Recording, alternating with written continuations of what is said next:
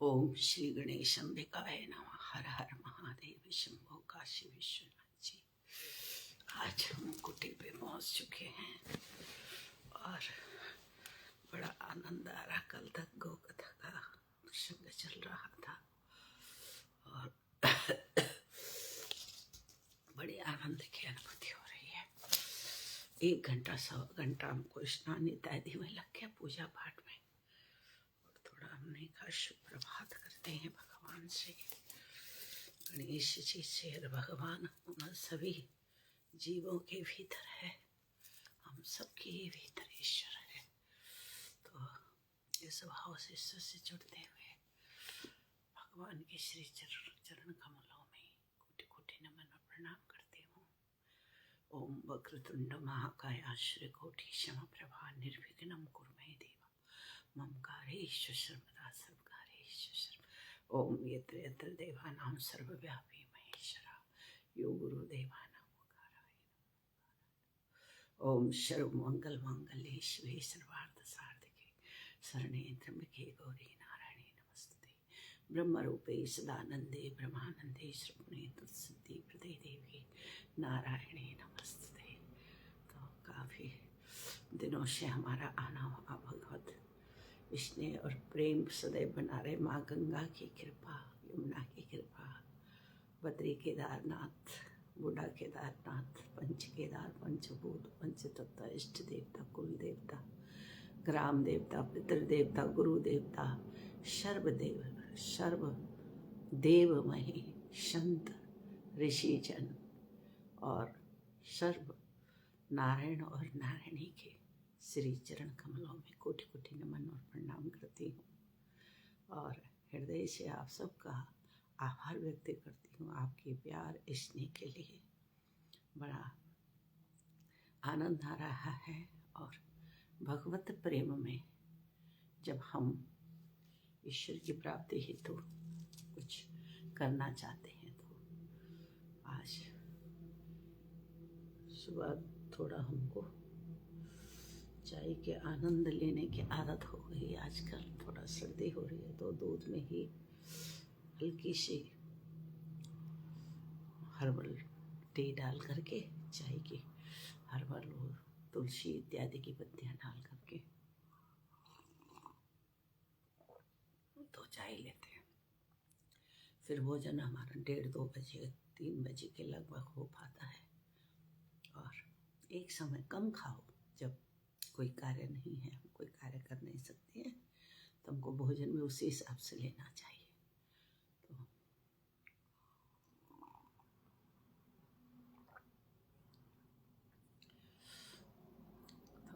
ये बहुत प्रातः उठकर बहुत कुछ हम अचीव करते हैं। एक अच्छा स्वास्थ्य, एक अच्छी सोच, एक अच्छा विचार।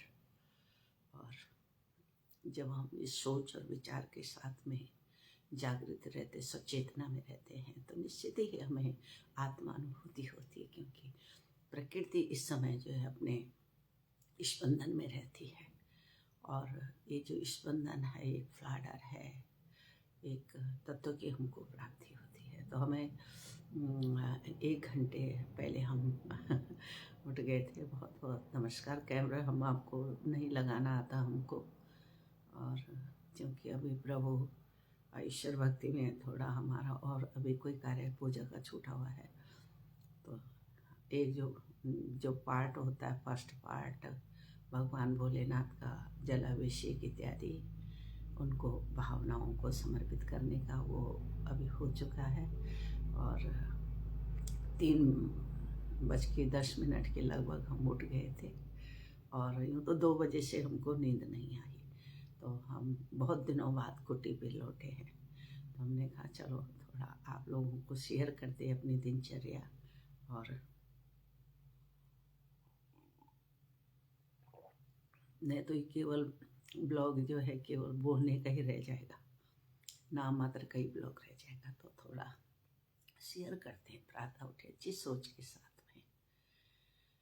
और हरीश जी आप को कोटि कोटि नमन प्रणाम और आप सबका शुभकामनाएं। आप बड़े, आपका आशीर्वाद हमको प्राप्त हो, हम ईश्वर की भक्ति में संलग्न रहें।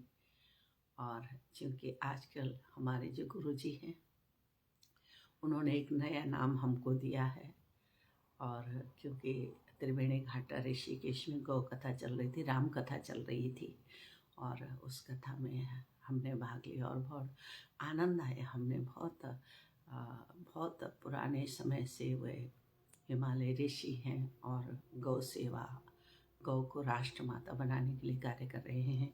आप लोगों का जो भी सहयोग हो सकता है आपसे, उनके लिए ज़रूर करें। और चूँकि हमारा तो दूसरा पैटर्न है, थोड़ा हम ये चाहते हैं कि उनको, क्योंकि वो कोई कार्य करे, एक तो वो हॉस्पिटल बना रहे हैं जो फ्री सेवा के लिए गरीबों के लिए होगा, एक वो विद्यालय बना रहे हैं, यूनिवर्सिटी, वो गरीब बच्चों के लिए पढ़ने के लिए होगा, और दूसरा उनका गौ सेवा का कार्यक्रम उनका पूरे देश में चल रहा है। तो हम चाहते हैं कि जो लोग देना चाहेंगे उनकी डिटेल वगैरह हम प्राप्त करके, या गोपाल मणि जी महाराज के नाम से, श्री गौलोक धाम के नाम से उनका ट्रस्ट है, उसमें जो लोग जितना भी दे सकते, जितना सहयोग कर सकते हैं उनको ज़रूर करें। क्योंकि जो अच्छा कार्य करता है और उस अच्छे कार्य में हमारी सहभागिता रहते, तो निश्चित ही ईश्वर हमको उसका पुण्य लाभ, हम पुण्यार्थी बने और अपने जीवन में कुछ अच्छी करें। और तो हमसे भी जो कुछ बन पड़ा हमने दिया, और हम सब से अनुरोध करते हैं कि उनको फॉलो करें। उनका जो फेसबुक पेज है गोपाल मणि जी महाराज, उस पर सारी डिटेल आती है। तो आप लोग गौ सेवा के लिए, उनके गौ सेवा केंद्र भी बहुत चल रहे हैं। वर्तमान समय में उनका एक हॉस्पिटल बन रहा है उत्तरकाशी में, उत्तरकाशी और टिहरी के बीच में, तो और एक विद्यालय बन रहा है, गौलोक धाम बन रहा है। तो उनको हम लोग सहयोग करें। हमने खुद भी उनको जो हमने थोड़ा बहुत बड़ी मुश्किल से जुटाए थे, और यूँ तो हम रखते नहीं, लेकिन हमारे सहयोगियों ने भी सहयोग किए, और बहन जी लोगों ने कुछ सहयोग किया, तो 1 लाख के करीब हमने भी देने की कोशिश की कि तो तुमने दिया बड़ी मुश्किल से। तो बहुत समय लगा, हम बहुत समय से दे नहीं पाए, और मन में था कि दें, तो हमने प्रयास किया और दिया है। क्योंकि अच्छे कार्य के लिए कभी पीछे मत रहो, बुरे कार्य के लिए कभी तैयार मत हो, और अच्छे कार्य के लिए कभी पीछे मत रहो। इसी में ईश्वर है। और हम इस समाज में, इस देश में आए, इस देवभूमि भारत में, उत्तराखंड में हमने जन्म लिया, हिमालय क्षेत्रों में जन्म लिया, और तो हमारी और ज़्यादा जिम्मेदारी बनती है। तो हम अपने समाज के लिए, अपने देश के लिए कुछ करें, और गौ सेवा का जो पुण्य है वो अर्जित करें, क्योंकि गौ को राष्ट्र माता बनना चाहिए। और इसमें कोई संदेह नहीं कि गौ हमारे धर्म की मूल है। हमारे जब इंसान मरता है, जब वो मोक्ष की कामना करता है तो गौदान करते हैं। बेटी का विवाह होता है तो गाय दान की जाती है। इस सब का तात्पर्य क्या? क्योंकि हमारे धर्म और संस्कृति से हमारे सनातन की आत्मा है गौ। तो गौ माता का संरक्षण हो, संवर्धन हो, और ये तभी संभव है जब उसको राष्ट्र माता घोषित कर दिया जाए। क्योंकि वर्तमान समय में जितना हमारे देश से गौ मांस का निर्यात हो रहा है, संभवतः कहीं से नहीं हो रहा है। तो ये हमारे लिए बड़ा दुर्भाग्य का विषय भी है कि गौ माता की हत्या करके गौ मांस का जो है सरकार के माध्यम से भी ये गौ मांस बाहर जाता है, विदेशों में जाता है। हालांकि इसके बदले में बहुत मोटी रकम मिलती है भारत को, परंतु ये दुर्भाग्य ही होगा कि सनातन जैसे देश में हम सनातनी लोग हैं। भारत के सभी लोग सनातनी, इसमें कोई संदेह नहीं है। क्योंकि यहाँ की माटी, यहाँ का पानी, यहाँ का पुण्य प्रताप, हर इंसान के अंदर, हर जीव के अंदर अलग कलात्मक शैलियाँ हैं। भारत जैसा देश कहीं नहीं, भारत जैसे लोग कहीं नहीं, भारत जैसे प्राणी भी कहीं नहीं है। तो इस उद्देश्य से हमको बढ़ चढ़ के आगे होकर कार्य करना चाहिए। तो ऐसे जब हम लोग कार्य करते हैं तो निश्चित ही हमारी उन्नति प्रगति, हमारे संतति वर्ति, हमारी वंश वृद्धि होती है और बहुत सुखद स्थिति में हम पहुंचते हैं। दूसरे अर्थों में यदि कहें कि मनुष्य का जो जीवन है, मनुष्य जैसी कृति ईश्वर ने यदि बनाई है तो उसका सीधा सा उद्देश्य था कि समस्त जीवों से लेकर के मनुष्य जो उत्तम कृति भगवान की है, जो उसने बड़ी तरासी है, बड़ी सुंदरता से इंसान का निर्माण किया है, उसे भाव दिए, विचार दिए, संवेदना दी, अभिव्यक्ति की कला दी है, तो हम इस जीवन को केवल भगवान ने इसलिए दिया है कि हम इस जीवन को जिए ही, मनुष्यता को तो हम जिए ही, लेकिन मनुष्य से ईश्वर तक की यात्रा भी हम आगे हैं। तो ऐसी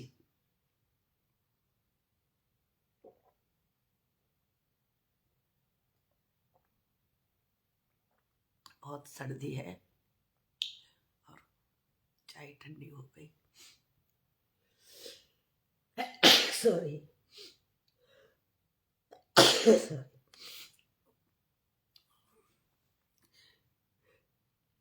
सॉरी।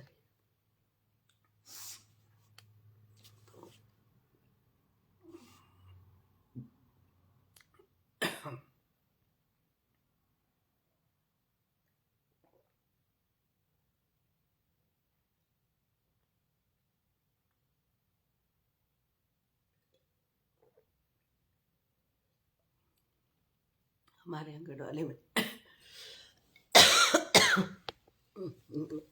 ए भगवान, हमारे यहाँ गढ़वाली में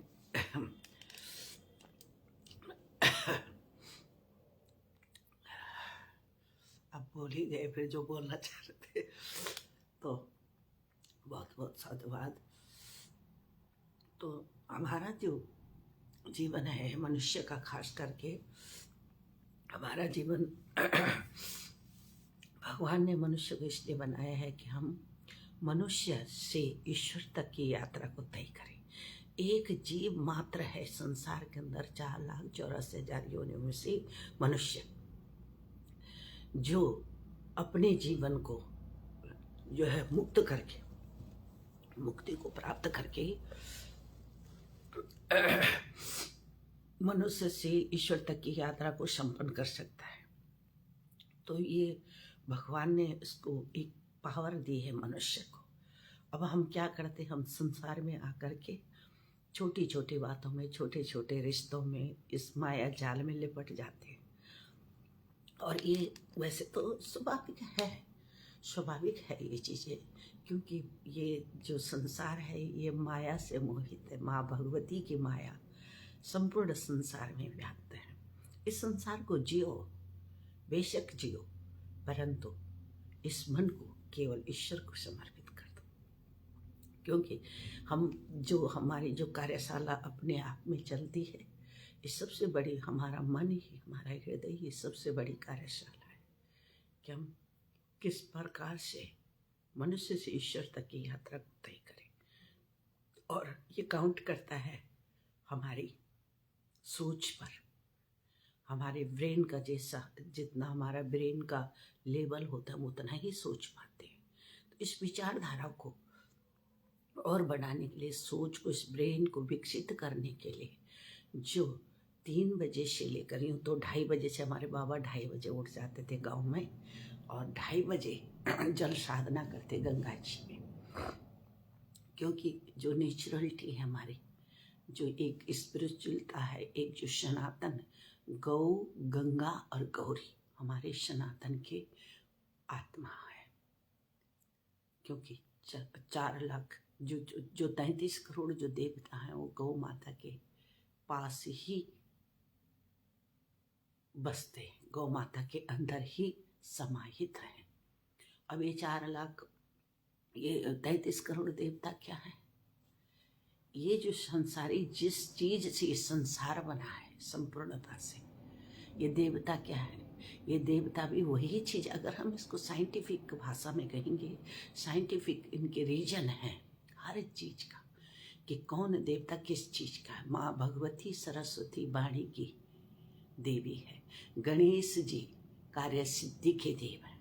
ऐसा रासायनिक है एक, ऐसा द्रव्य जिसे हम कहेंगे कि हम द्रव्यमयी हो, तो हमारी कार्यशाला चलती है। अपने आप में कम से कम हमको 35 वर्ष इस क्षेत्र में हो गया। यूँ तो बचपन से बाबा को देखते थे, ध्यान करते हुए मौन रहते थे बाबा। मौन रहने का मतलब होता था कि अपनी आत्मा की खोज, अपनी खोज।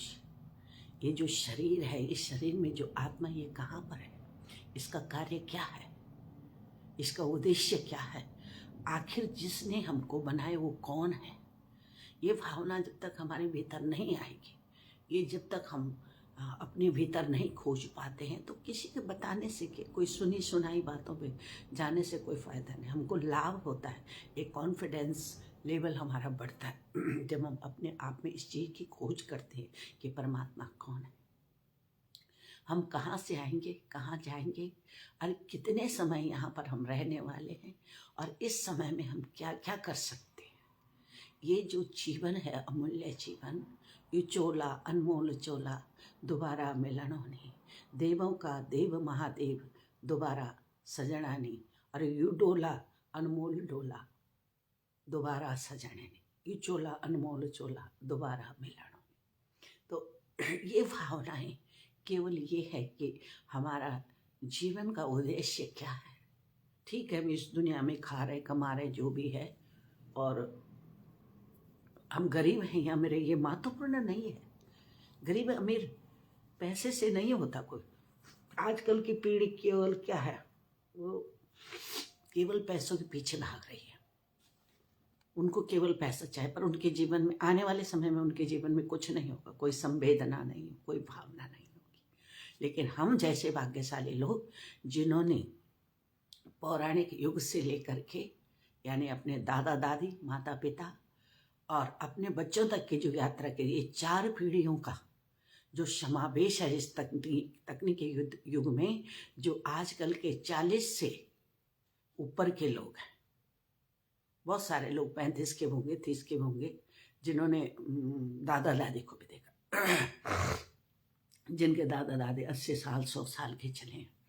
तो हम लोगों ने वो युग जिया, हम उस युग से ही कुछ सीख कर आए, दादी दादा से, नाना नानी से जो हमने सीखा, वो संभवतः माँ बाप से नहीं सीखा। माँ बाप से जो सीखा वो आगे की पीढ़ी से हम नहीं सीख पाएंगे। तो ये हम 4 पीढ़ियों को लीड कर रहे हैं, और उस चूल्हे से लेकर के राख में बनी हुई रोटी से लेकर आज हम मशीन से बनी हुई रोटियों तक पहुंच गए। उसके बीच बहुत कुछ हुआ, चूल्हा हुआ, अंगीठियाँ हुई, स्टोव हुए, फिर गैस का चूल्हा आया, अब मशीन आ गई है कि मशीन रोटियां जो है मशीन पे बन रही है। बर्तन हम जब बच्चों के पास जाते हैं, बाहर जाते हैं, विदेश जाते हैं, तो देखते हैं बर्तन मशीन में धुले जा रहे हैं, रोटियां मशीन पे बन रही है। तो अब तो साग सब्जियां आपने केवल ऑर्डर करने, वहाँ पर देखा हमने, वहाँ पर दूध की मशीन है, आपने कार्ड डाला और अपना आप बर्तन लगाया, पॉट जो लगाया, उसमें आपका दूध भर गया जितना आपको लेना है, आपने क्लिक करा। ऐसे भोजन का भी, ऐसे साग सब्जी का भी होगा, ऐसे हर चीज़ का हो जाएगा। तो इतने ऐसे तकनीकी युग में हम चले गए कि हम हाथ से कुछ भी नहीं कर पा रहे। तो कहने का तात्पर्य ये है कि हमने वो पीढ़ी देखी है जो राख में लोट-पोट है। हमको पता है, हम चूल्हे के बगल में सोए रहते थे। जैसे सर्दी होती, माता जी सुबह चूल्हा जलाती थी, मिट्टी का घर था पूरा, और मिट्टी के घर के कोने पे बोरे, टाट, कंबल के टुकड़े उकड़े होते थे, छोटे मोटे। गांव में इतना कहाँ सब कुछ होता था। फिर भी हमारे बाबा जॉब में भी थे, नौकरी में थे, सरकारी नौकरी में उस समय। तो हम 66-67 की बात कर रहे हैं। तो हमारे घर बिस्तर मिल जाते थे। गांव में किसी का मेहमान आता था तो बिस्तर मांगने आते थे कि हमारे यहाँ शाम को मेहमान आ रहे हैं, हमको रजाई चाहिए। तो गांव में बड़ा प्रेम स्नेह था। तो माता जी हमको चूल्हे में रखते थे, चादर में लिपटा करके, कंबल में। कंबलें सालों पुरानी होती थी। तो कहने का तात्पर्य हम उस जीवन से लेकर आज फाइबर की रजाई तक पहुंच गए हैं। मोटे मोटे हमने खुद हमारे घर में बच्चों के लिए हमने सोचा ये अच्छा होता होगा, तो हमने बच्चों ने कहा कि हम घर आ रहे हैं, 2 साल हो गए, तो हमने कुछ उनके लिए फर्नीचर इत्यादि वगैरह गद्दे उद्दे मंगाए। तो एक गद्दा इतना मोटा है कि उसमें बैठो तो स्पंज जैसा है। तो हमने कहा ये क्या, ये तो बच्चों के लिए खेलने के काम आ सकते, सोने के काम तो आता नहीं। फिर जब हम बाहर गए, बाहर देखा उनके पास इसी तरह के गद्दे हैं, तो हमने भी फिर वैसे ही गद्दा उनके ले लिया। हम तो फर्श पे सोते हैं, लेकिन इस साल थोड़ा हमको सर्दी ज़्यादा लग रही है, तो हमने थोड़ा पलंग पे सोना, अभी हमने 35 वर्षों बाद करीब पलंग पे सोना प्रारंभ किया है। तो कहने का मतलब है कि हमारी जो जीवन शैली है बहुत कुछ बदल चुकी है, हमने बहुत कुछ देखा है। सुबह प्रातः हमारे माता जी ऐसे 4 बजे उठ करके माता जी चूल्हा जो है लाल मिट्टी से, चौपड़ मिट्टी से और गाय के गोबर से चूल्हा लेप लेती थी।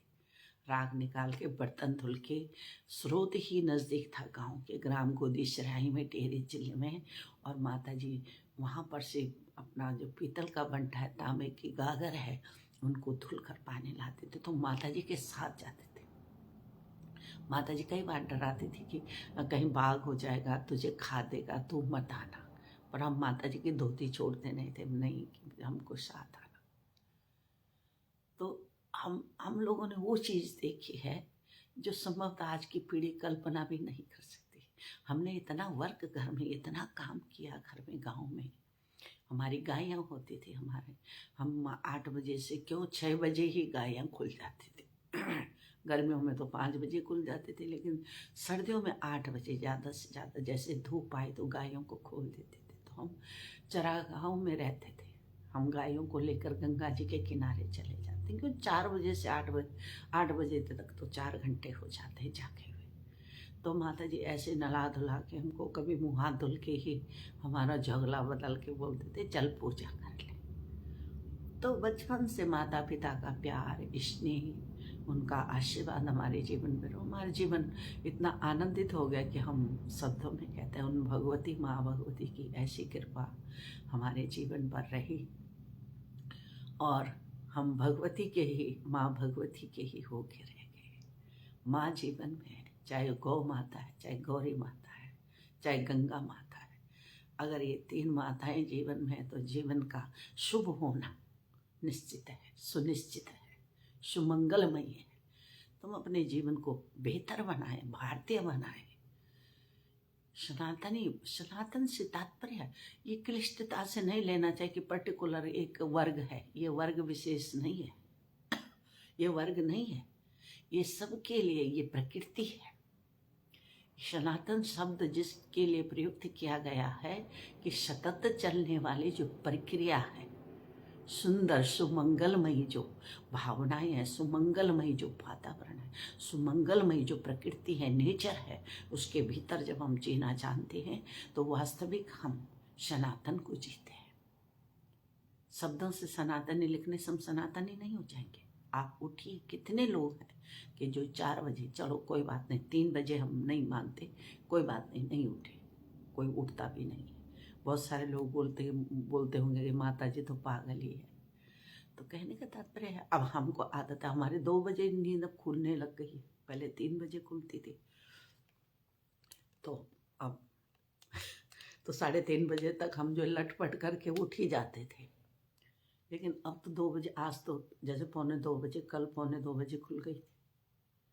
3:10 में हम पूजा पे बैठ गए थे, और आज भी ऐसे हम 2:45 बजे हमारी नींद खुल गई। थोड़ा हम ऐसे ढुलमुल हुए, फिर उठ गए कि छोड़ो, लेटने से फ़ायदा क्या, नींद आए तो लेटना तब अच्छा है, नहीं तो लेटो नहीं, क्योंकि ये सब बीमारियों का घर है।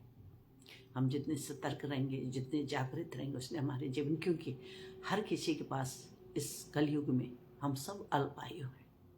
हम अपने प्रकृति के जो हमारे सहोदर हैं, प्रकृति के प्राकृतिक जो हमारे जीव जंतु हैं, हमारी जो प्रकृति, हम भारतीयों की जो प्रकृति है बड़ी निर्मल है, बड़ी पावन है और बड़ी दुर्लभ देह हमको मिली है।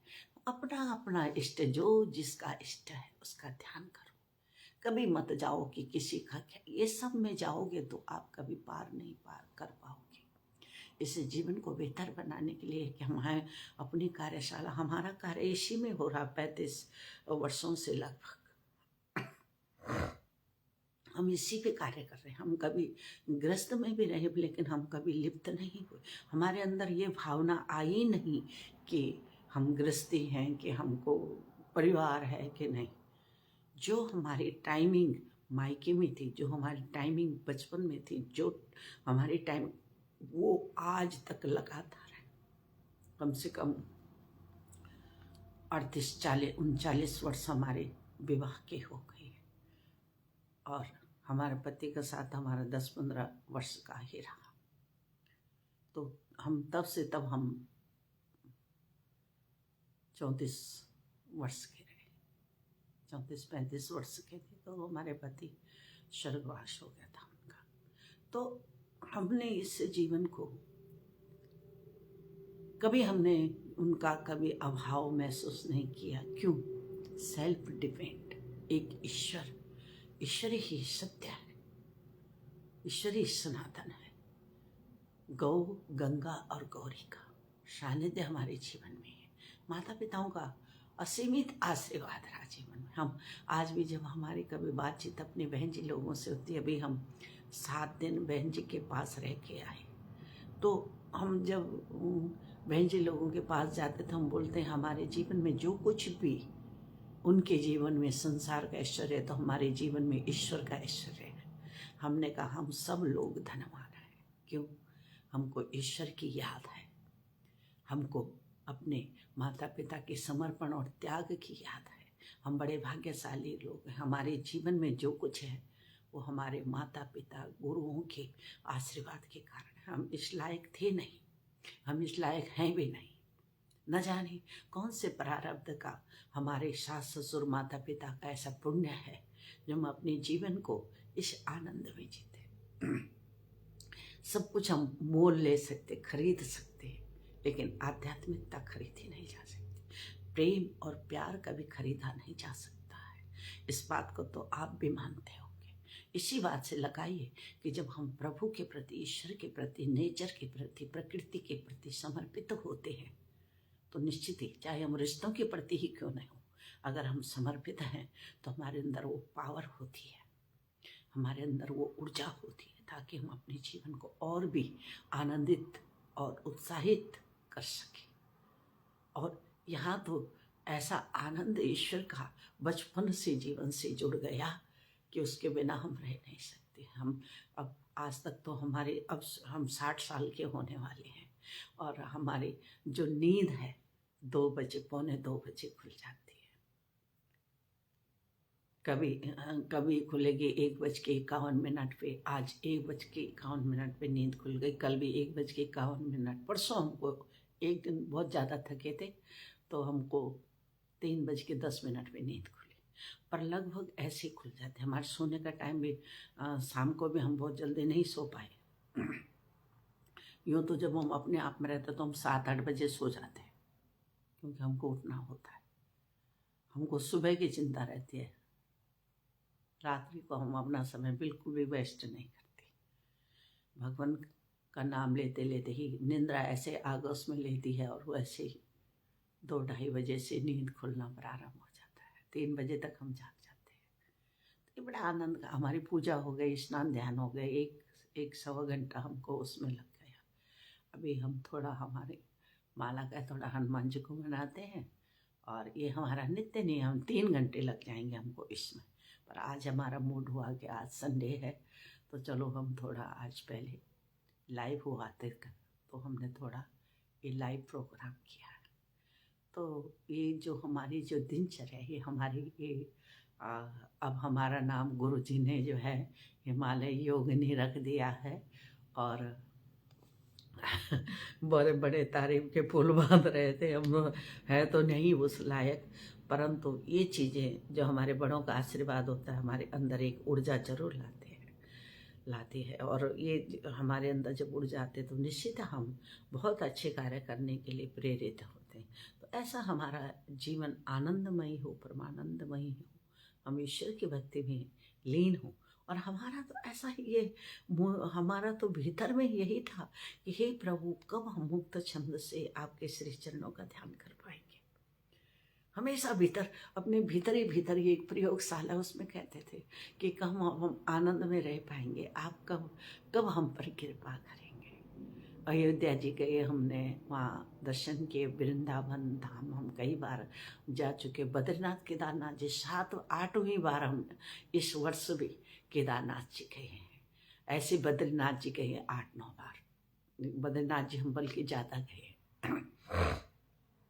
गंगोत्री यमुनोत्री हम 2 बार गए, और तीसरी बार हमारे अगले साल का प्रोग्राम है। एक बहन जी हैं और बहुत समय से वो कैंसर से पीड़ित हैं, तो है वो बड़ी जिंदा दिल इंसान, तो नाराज हो रखे, बोल के हमको लेके जाओ, तो अगले साल हमारा टूर उनके लिए लगेगा, हम उनको लेके जाएंगे। तो कहने का मतलब है कि हम किसी को सुख दे सकें, हम किसी के काम आ सकें, हम हमारे अंदर, और ये सब क्षमता हम निजी नहीं है, ये व्यक्तिगत नहीं, ये ईश्वरीय क्षमता है। इन क्षमताओं के आधार पर हम वो कार्य, मनुष्य वो कार्य करता है जो भगवान उससे चाहता है, वो उसके लिए उसे सर्व सामर्थ्यवान बना देता है। तो ये केवल हमारी भावनाएं अच्छी होनी चाहिए, हमारी सोच अच्छी होनी चाहिए, और इस ब्रेन से हम उतना ही सोच पाते जितना इसका लेवल होता है।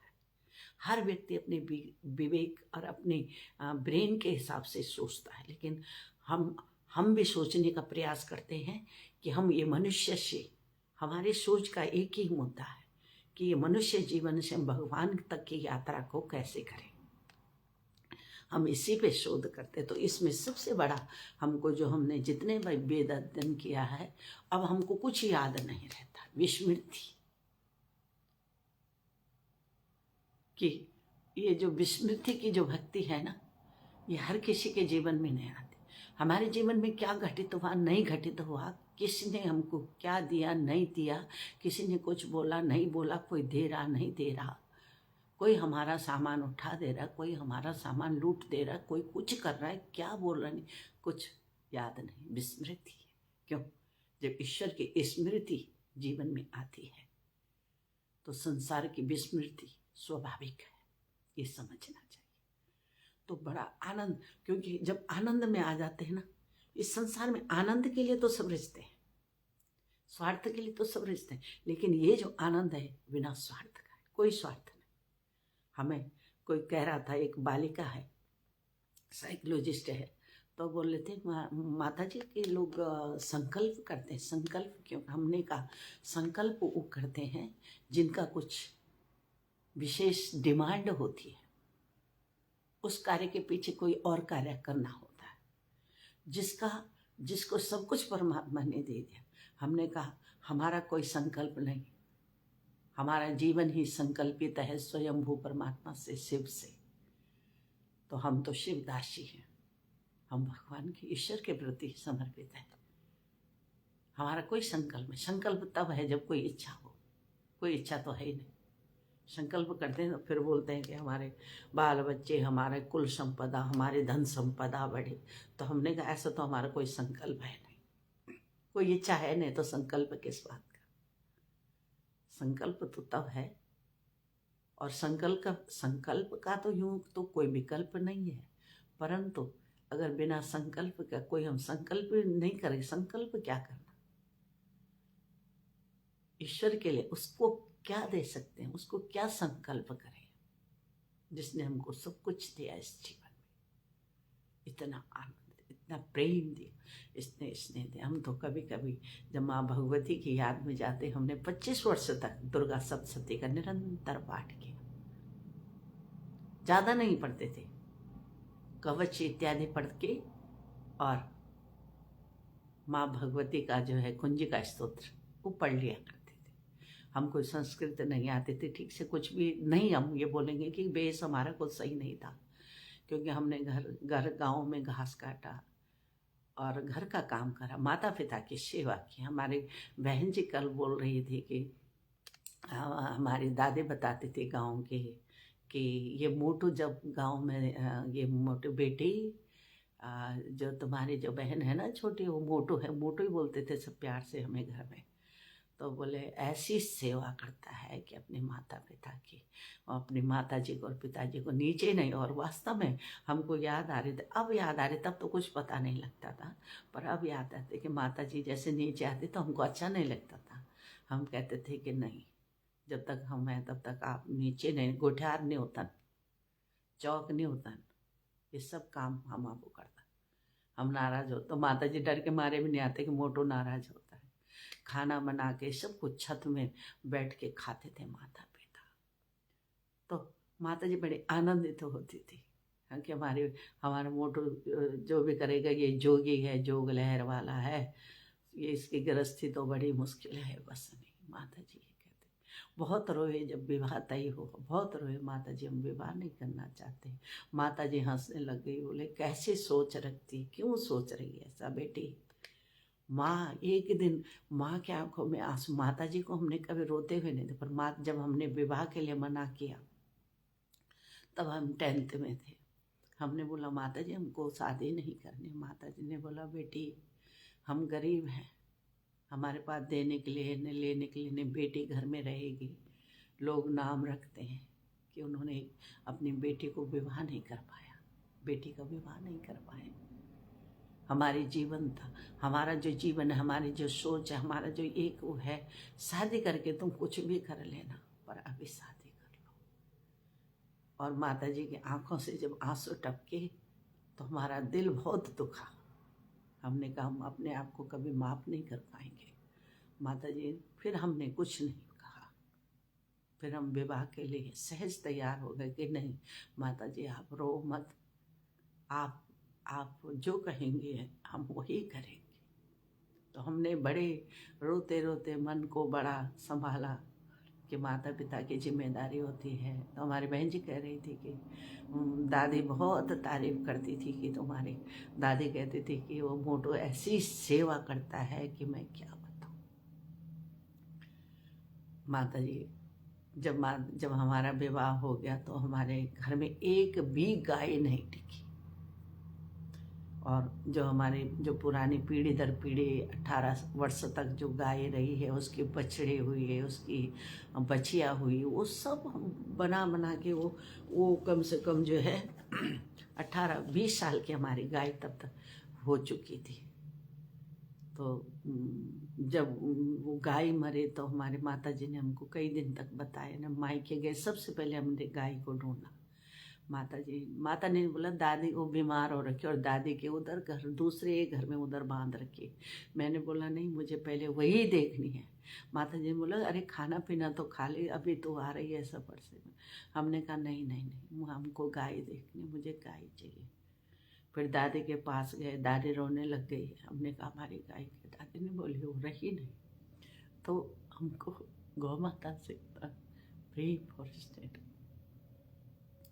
बाद में बाबा कहते थे कि जब से हमारा मोटू इस घर से गया, हमारे घर का सारा वैभव गया। तो ऐसा जीवन हमने जिया। तो माता पिता का स्नेह, उनका प्यार, और हमारे बाबा तो पूरे संत ही थे, वो साधना करते थे। अभी जैसे पौष माह है, उनकी जल साधना शुरू हो जाती थी। तो हम पीछे भी हम 3-4 साल के थे, बाबा के पीछे पीछे जाते थे कि आप जैसे स्नान करें हमको भी स्नान करना है, जिद करके जाते थे। तब एक झगड़ा, साल भर में एक झगड़ा बनता था। माता जी शाम को कुछ छोटे मोटे कपड़े, घर के छोटे चाटे वस्त्र पहना देती थी। 5 भाई बहन थे, तो वो पहन के हम अपना झगड़ा उसको अपने सिरहाने रखते। माता जी कहती ये मिट्टी में भर रहा है, ये गंदा हो जा रहा है, इसको संदूक के ऊपर रख दे बेटी, सुबह निकाल। हम कहते थे कि नहीं, सुबह फिर हम भूल जाएंगे, हमको ढूंढने में टाइम लगेगा, जब लगे तब तक बाबा गंगा जी में स्नान करने चले जाएंगे। तो ऐसे बाबा के साथ जाया करते थे और इतने मतलब गंगा माई से इतना प्रेम स्नेह है। अभी हम पूरे 7 दिन आनंद करके आए गंगा के तट पर।